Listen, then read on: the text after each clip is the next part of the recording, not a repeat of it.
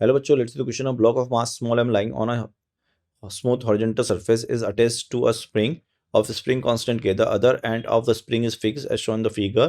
The block is initially at rest in its equilibrium position. If now the block is pulled with a constant force f, the maximum speed of the block is.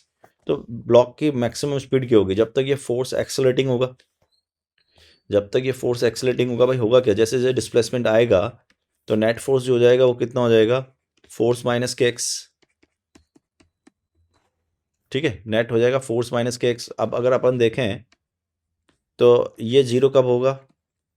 जब F is equal to k x हो जाएगा, यानी कि x is equal to F by k पर आपको maximum velocity मिलेगी, यानी कि आपका एक्सेलरेशन जीरो हो जाएगा, फिर रिटार्डेशन स्टार्ट हो जाएगा। तो बस आपको x is equal to F by k पे आपको क्या मिलेगी? मैक्सिमम वेलोसिटी मिलेगी। तो अब अपन को निकालना है मैक्सिमम वेलोसिटी। कैसे निकालें अपन अब मैक्सिमम वेलोसिटी को कैलकुलेट करने के लिए?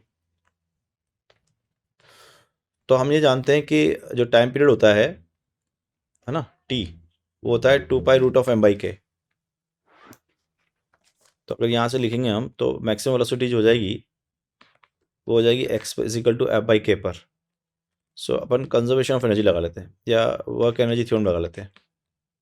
Work energy, WP, work energy theorem. तो ये क्या हो जाएगा? The work done, net work done is equal to change in kinetic energy. So F into displacement minus half K X square, that is equal to change in kinetic energy half M we square.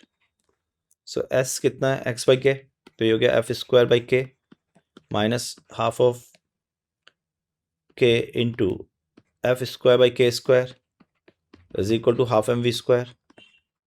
ठीक है, तो अगर यहाँ से देखेंगे ये half आएगा तो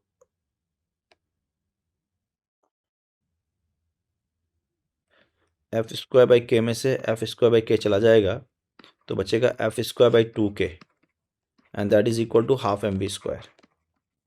तो यहाँ से v जो आ जाएगा वो आ जाएगा आपका एफ बाई एम के का रूट, ये आ जाएगा। यानी कि ऑप्शन जो होगा आपका सी ऑप्शन करेक्ट होगा। All the best.